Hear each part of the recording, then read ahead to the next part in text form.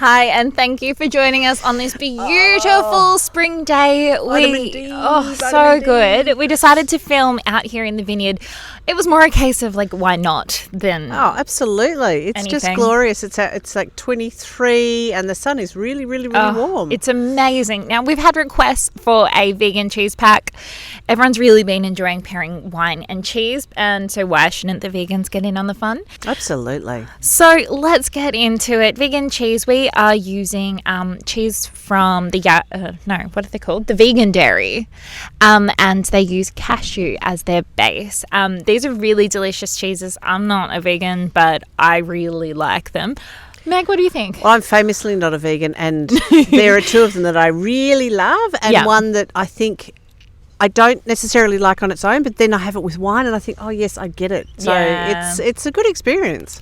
And why is cheese and wine pairing even a thing? What's the point? The whole point is acid and fat, really. Yeah. And cashew, as we know, most nuts have fat in it. I don't profess to know much about making vegan cheese, but it's just that interplay of flavour and fat to make each other look good. Yeah. And also with the cheeses that we have here, there's some flavourings added, so those flavourings sort of play into that as well, and we've added a little bit of a treat with the red wine as well, with a bit of a chutney. And Meg, real quick before we get into it, you're a master of wine, and we're really lucky to have you join us. Can you just tell us about what that even means? So a Master of Wine is a UK-based qualification from the Institute of Masters of Wine. It was devised in the 1950s. It's sort of a trade qualification, and it involves you, in your exam, identifying 36 wines blind from anywhere in the world. And by blind, I mean you don't know what the labels are, and writing 5 different exam papers, and then writing a research paper on top of that. That's pretty crazy. It's a pretty complicated, long process, and it just exposes you to a world of wine and some really great people. I mean, there's only 400 of them in the world. There's a handful in Australia. 419 as of the other day. 419. We have some new ones. Yes, we have 3 new ones. 5% pass rate. It's known as one of the hardest exams in the world. So it's pretty cool that you've come through it, and we're pretty happy to have you tasting cheese and wine with us today. So we should get into how it. hard can it be? I know. Okay, where do we want everyone to start? So we've initially chosen an anise. So these are all vegan wines, just so you know. So vegan wines are wines that have had no animal protein. And we as a business are moving to making our entire production vegan wines where we can. And I should jump in and say, if you want a little bit more background on vegan wines, how it all works, we have a podcast that if you go to Wine with Meg and Mal on Spotify or Apple and look for the vegan episode, that gives you all the background you'll need to know. So we've chosen our 2018 vegan anise. Anise is an Italian grape variety. Flavours that you should be looking for are a bit of green apple, white flower, almost spring-like actually. So today kind of works. Spring flowers, you know, that smell of blossom when spring's starting to happen. Yeah. This is what anise is about, and we've paired it with the feta, which is like a Persian style feta. So when you're doing the tasting, taste your wine first, then your cheese, then your wine after. So you get to see what the wine looks like, then the cheese, and then the cheese and wine interplay. The cheese, what I really notice is the tanginess. Yeah. It's got some sort of lemon herb notes as well. Yeah, it really does. I don't know whether it's because we are sitting in a recently mown vineyard, but there's a cut grass, real freshness to it. Yeah. Okay. So I tasted the wine, now I've had the cheese, now I'll go back to the wine? Yep, and that way you can see how the cheese and wine interplay. Wow. Yeah, so originally when you first taste the wine, I think you see mainly florals. Yes. And a little bit of this oiliness in the nose and the mouth. Then when you have it after the cheese, there's a lot more acidity comes out, and there's that real fresh, almost cut grass character. Like there's something like a green apple or something kind of exploded in my mouth. That's it. It was beautiful. It's a good match, isn't it? Yeah, that's absolutely stunning. And the texture of the anise really works well because that's quite a high-fat cheese, Yeah. so the cheese doesn't feel like in your mouth. Yeah. And it refreshes your palate with the wine. And can I just say, it's not that easy, is it? Like, we just sat up there choosing which wines would go in this pack, and it took us quite a while to find the perfect matches. Yeah, I mean, we are, I don't know whether we're fussy. Oh, God, we are. I kind of think Let's be we are, but honest. then we all agreed. There were probably 5 of us in Yeah. total doing it, and we all kind of agreed that, yes, that worked or that didn't work, and the reasons why it worked. So even though your palate may be completely different, don't be afraid to voice that opinion, because Yeah. I think you'll find that a lot of people will actually end up agreeing with you. But sometimes, and I notice this in the tasting, some people are just too frightened to say anything. Oh, God, yeah.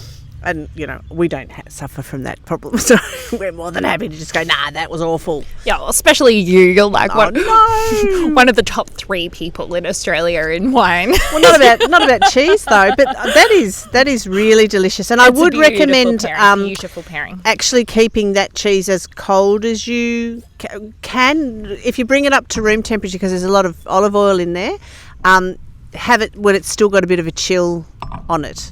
Look, I've got beautiful new We have red fresh wine glasses. I didn't need to tip out your Look wine. at that. What a waste.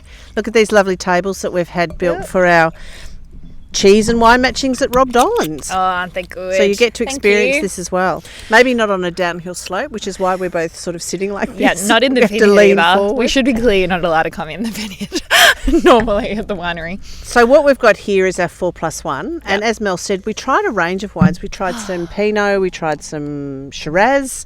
But 4+1, one of our common descriptors for it often is spicy. Yeah. And we kind of went, well, why not? Because the cheese has it's an aged cheese, cashew cheese, and it's got some paprika on the outside, and that's smoky paprika, so there's a real smokiness to it. So that spice and smoke work well. You talk while I... And so our 4+1 has a bit of a fun story behind it. Rob, thank you, he loves making pizza. And then one day he came in and said, I want a pizza wine. I was making pizza last night. Nothing in my cellar was really doing the trick.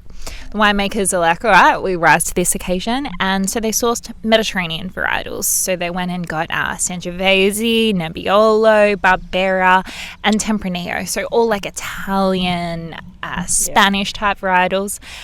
So with those varietals, the flavours were perfect. They went really well with pizza, but they were missing mid-palate. It just wasn't smooth and balanced.